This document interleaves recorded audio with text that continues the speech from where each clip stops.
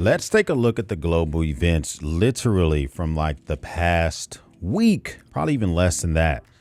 Some of this stuff people aren't telling you or you're not thinking about as you go through your daily lives. Some of this stuff no one needs to tell you. Maybe you kind of just got to take a deeper look and think about, is there anything that you need to do? And then some of this stuff is just completely out of our control.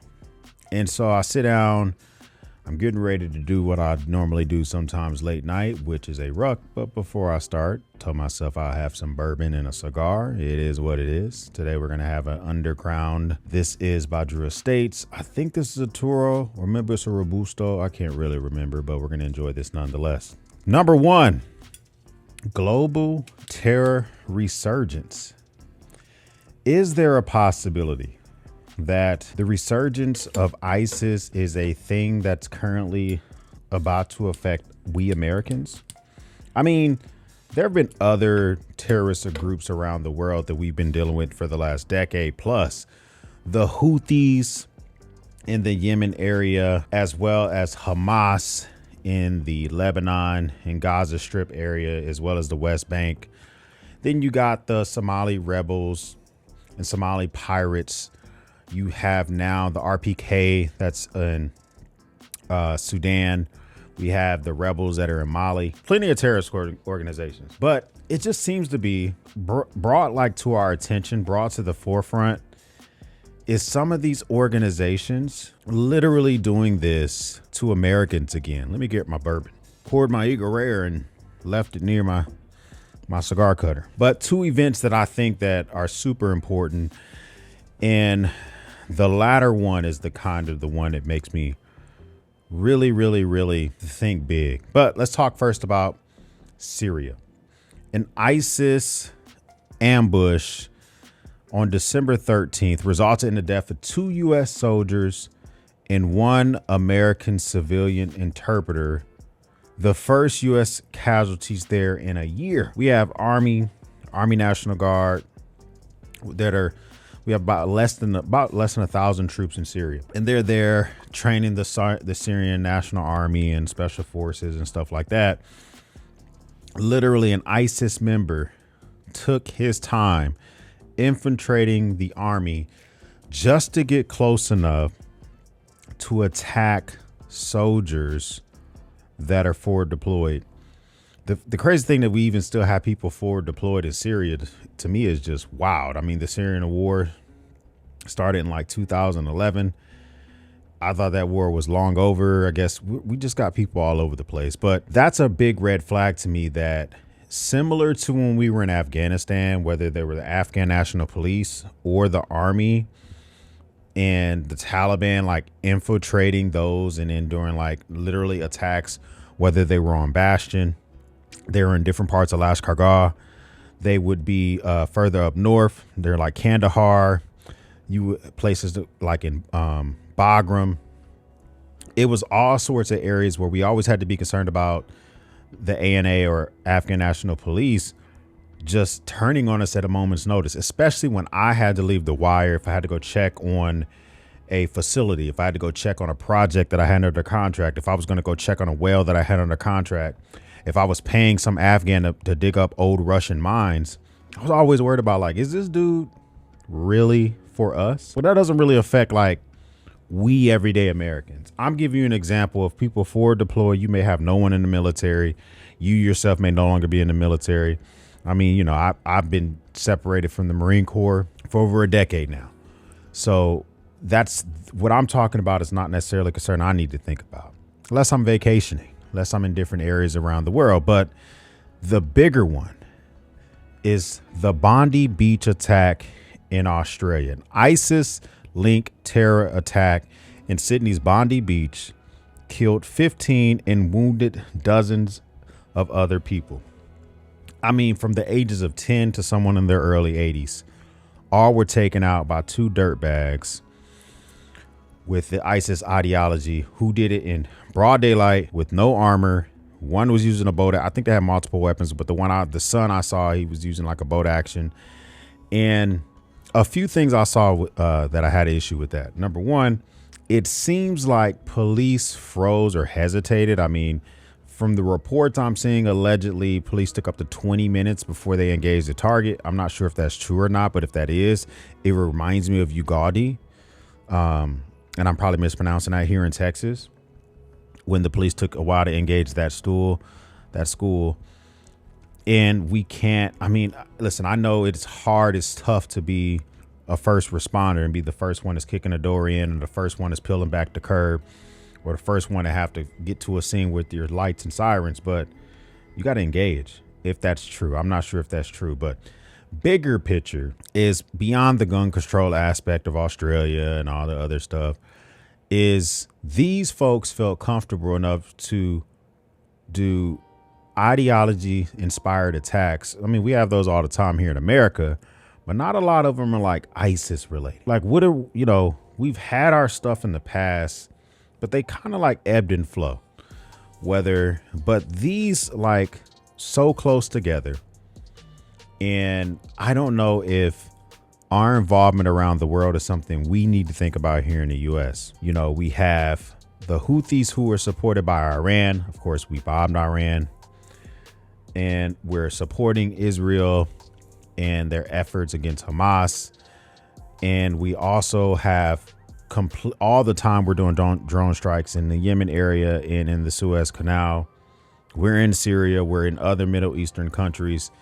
And so is there a possibility that more of those type of attacks, the Bondi Beach stuff, comes here? I think that's something I'm preparing for. You may want to consider the same thing. Okay. The acquisition of a high powered carbine or weapon might be something that you want to look into. Check the laws of your state. Don't just listen to some YouTuber about it. But for me, a backpack truck gun is the way that I'm going to be leaning towards, especially we're in a time of the year where you're allowed to wear bulky clothes, and I always usually have a pistol on me, but carrying one of my mini rifles might be something I have to start doing. A lot easier to do here in Texas than somebody I might be talking to that might be in the great state of New York. Okay, you're gonna have to put on your thinking cap, because I don't know what your rules are. Those are the global terror resurgence things that I think about. But Brown University tragedy. Shootings on campuses are a thing. Okay, mass shootings in the United States are over 300, and a mass shooting is defined as 4 or more people were shot, excluding the shooter, in one event. That's a mass shooting. A mass killing is 4 or more people were killed, excluding the shooter, in one event. Our mass shootings here in America are over 300. So all mass killings are mass shootings, but not all mass shootings are mass killings. I'm trying to be very careful with my words here. We're over 300. And, I did a video talking about Australia. Y'all have way fewer than we do. But it seems to be, of course, we have more internet coverage. We have more global coverage. It seems like this stuff hits our phones and hits our airways a lot faster. The thoughts and prayers are dished out very quickly. And the mass shootings during finals week at Brown University killed 2 students and wounded 9 others. And they took a person of interest into custody. And as of the filming of this video, they're still looking for the actual suspect. That's tough, because we're still trying to figure out who was the person. And that's in the northeast part of the country. And we know the New England part of the country, a lot of those areas up there have different gun laws depending on where you live. Vermont is a lot more lenient than maybe the places like New York. And I don't know what the laws are in Connecticut. And you got Pennsylvania might be more lenient. There's just so much going on up there. So I think about the resurgence of the global resurgence when it comes to ISIS related stuff. Now I'm seeing that the soft targets when it comes to universities, and I'm about to send a daughter to university in a couple of years. I'm highly looking at universities where she can carry, where she can protect herself. I mean, they have some universities which are so strict you can't even carry like a pocket knife. And if you can carry a pocket knife, it can't be longer than 2.5 inches in some colleges. It was so weird because the college I went to in North Carolina, the entire county was dry. I went to Campbell University. You couldn't drink alcohol on campus. You couldn't even buy alcohol in the county. But, pretty relaxed gun laws. in North Carolina. So it's just like everybody has to think about, what do these soft targets look like here in the United States? We're about to enter our winter break. We're about to enter the next semester of school for most of the United States. Soft targets are abundant, especially as we enter these colder months. People are going to be wearing bulkier clothes. These are the type of preps that I've done videos in the past when it comes to your active shooter bags. Revisit those, because I don't want to say, woe is me, you can't carry a backpack gun or a truck gun. But in most places, except I'm looking at you, New York and California, you can armor your bags. Okay. Even if you can't carry a weapon, in most places, you can get an Eberly stock, a 511, a Yeti, something from North Face, something from Vertex that can take a Premier Body Armor, a Spartan Armor, one of those armor systems, and just put it all together for yourself and arm your bag. At least give yourself some type of defense against an active shooter. Soft targets are a real thing. We've seen it with Brown. We saw it with the Charlie Kirk thing. Now, that was a literal assassin with one person, but the point being, it's a soft target. And if you are going to be at a soft target, whether it is your job, like in a federal building, when you can't take certain things in there, or if you're working at some type of plant where you're wearing a certain uniform, you can't do stuff. You're a blue collar worker and you're getting places where you're 3 minutes late and people are still wondering if you work there. That type of blue collar worker. They're wondering, like, are you there 3 minutes late? They're asking you, are you early for the next day's shift? You're that type of work. You might be a little bit more lenient on the weapons you can take there. All right. But if you're white collar and you're in the building, and if you're 5 minutes late, no one gives an F. They don't even know you're not there yet. You might be able to take less. Those two things are kind of like my top two, the two things I think about a lot. But then I go and I think fentanyl. Today, the president signed an executive order classifying fentanyl as a weapon of mass destruction, WMD. And I'm fearful that we are slow walking into blood for oil 2.0. What the heck is blood for oil X? I mean, listen, I'm a student of history. I don't fancy myself to be a historian like Heather Cox Richardson, but I do like to study the history a little bit. And not barely a couple of decades ago, we went to this little place called Iraq, and we said there was WMD there. Folks took votes on it, and it looks like we made a little bit wrong about that. But the point being is, Americans were on board with going into Iraq for a couple of reasons. Number one, 9/11 was still fresh on our minds. Number two, Colin Powell, Dick Cheney were heavily pushing WMD, and we just had this, we were writing names on bombs, and we were showing off our new artillery, and we were just, if you were part of the defense industrial complex back then, you were making bank. Wanted blood. And we also got that oil.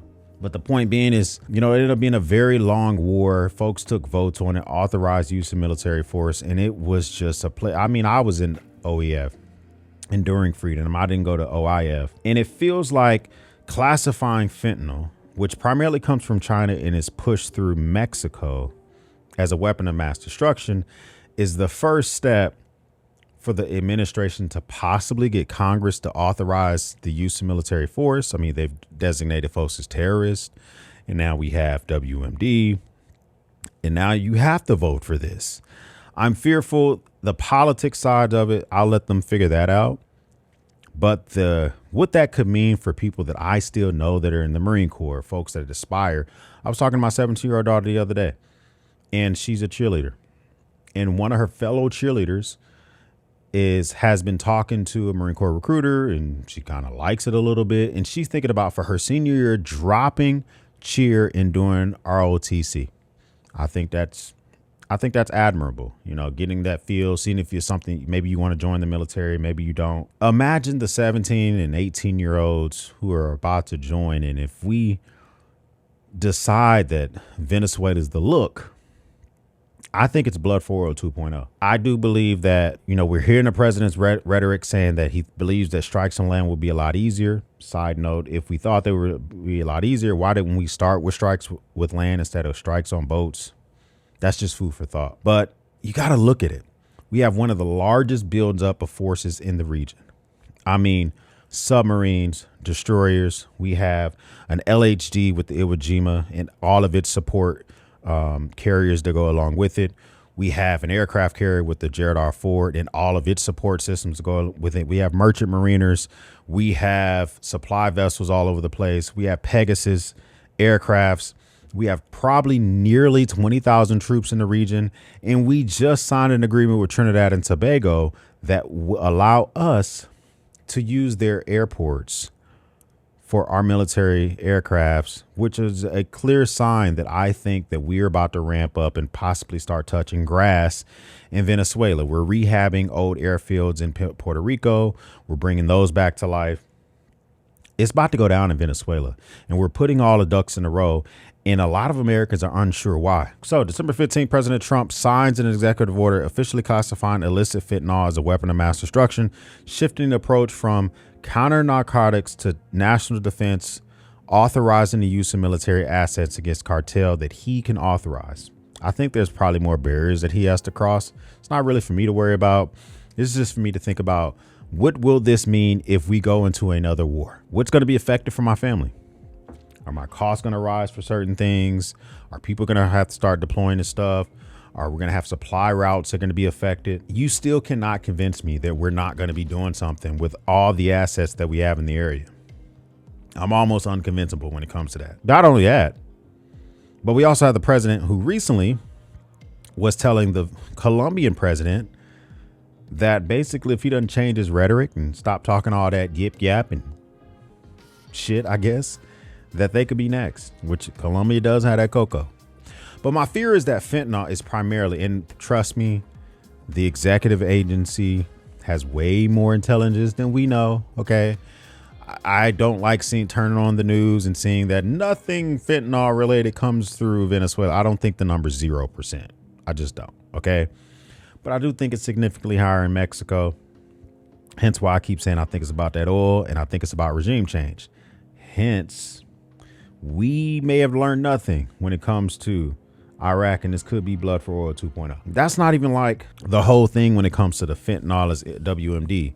The Caribbean military buildup is something I even want to laser on even more to show you the blueprint of how the next 3 years could go. We're still within year one of this administration. If this blueprint works, could we do it to another region or country? I mean, we can do it off the coast of Greenland, or we can do it off the coast of Canada, or we can do it in another country in South America. It could be something that could be done. That military buildup is starting to affect stuff like civilian to military aircraft engagement in the air. A JetBlue flight almost hit one of our aircraft in the area near the coast of Venezuela, which could have been catastrophic.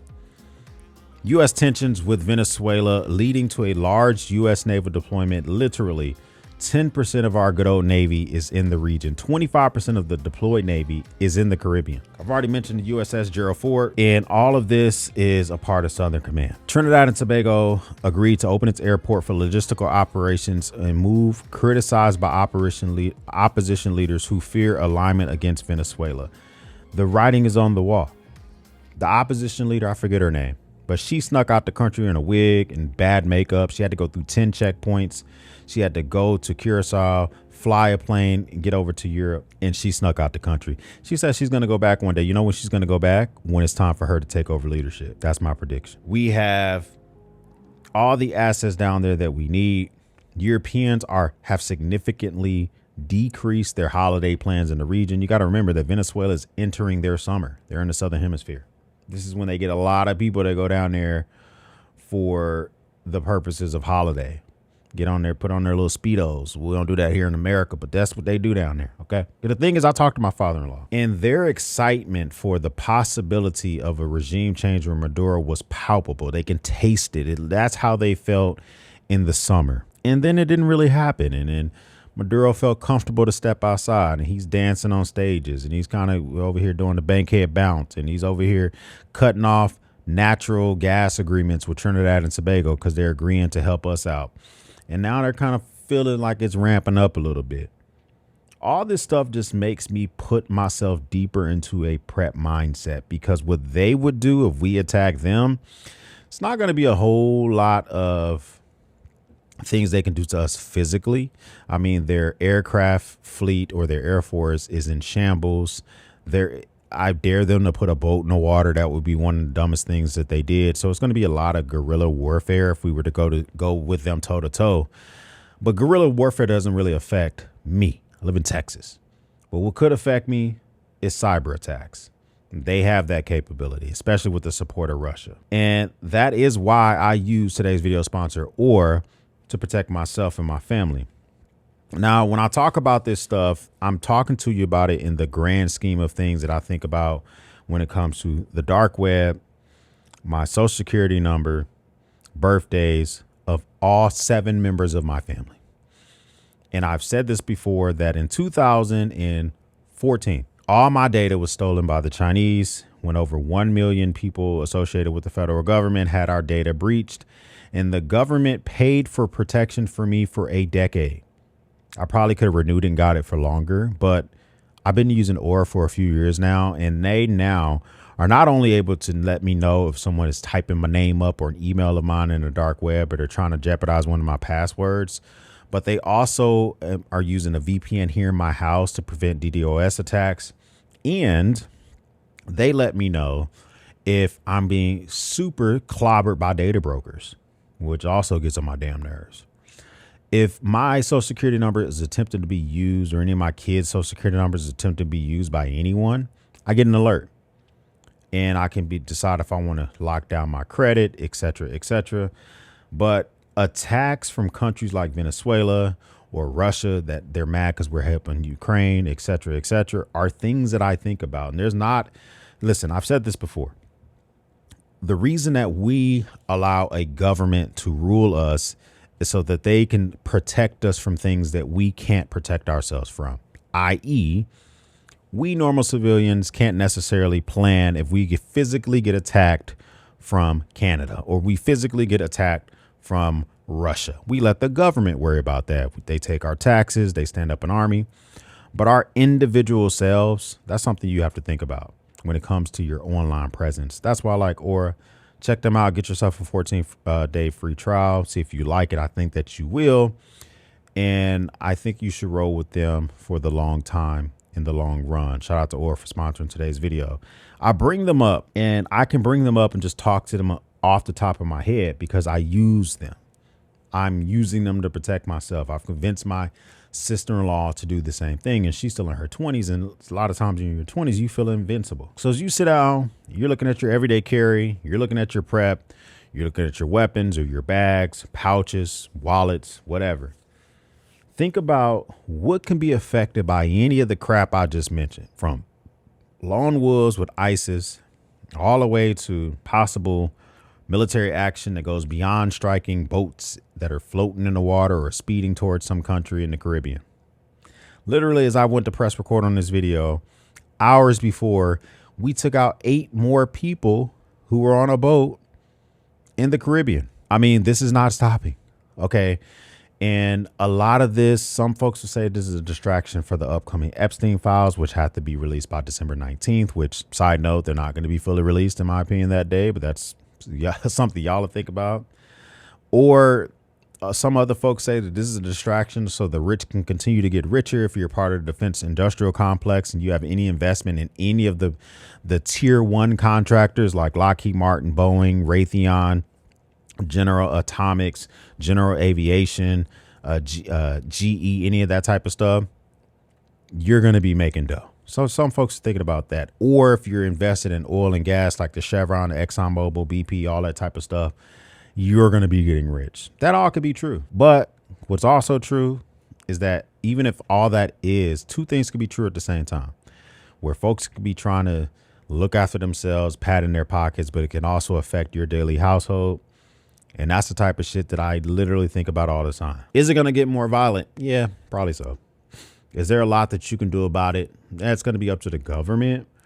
But protecting your like individual household, yeah, you can do some stuff about that. Even if you're not a big Second Amendment person, I mean, you know, we all make mistakes. We all have poor judgment. It's no big deal. You can still do stuff like ensuring you have a good CCTV or cloud-based camera system ensuring you have powerful flashlights. I got one of the most powerful flashlights in the world sitting here with over 10,000 lumen to put down on an assailant, or a flashlight strong enough to use as a weapon. Ensuring that you have some type of mace or OC spray that can spray at least 20 feet. So if you hear a spook in the night and you walk out your bedroom and somebody's by your front door, you can, my front door to my bedroom is like 25 feet from, I can spray that. So even you can do non-lethals to try to protect yourself. I think it's important. In public, stand ever vigilant. Me and Christmas shopping, we're going to be getting down with that online real good as I continue to knock that out. And the places I have to go and physically get stuff like gift cards, I can't get, online for some restaurants or places. I got to physically go in the stores. Yeah, there'll be a backpack gun or a truck gun with me. Don't you worry. But which one of those situations has you the most kind of thinking about it? Has you the most concerned? Or are you kind of just like laissez-faire, going through your life, celebrating the first day of Hanukkah and just chilling out, rocking out with your cock out? Let me know. I'm going to drink the rest of this bourbon. I'm going to edit this video real quick. Go ahead and knock out this little 3-mile ruck. And I'm going to go 20 toes with Mrs. X. And I'm still going to be digesting this stuff when I wake up in the morning. Is it your first time stopping by? Well, hey, hit that subscribe button. I would love to have you part of Battalion. If this is not your first time stopping by, well, thank you once again for watching me run my grape. For everyone else, we'll speak soon.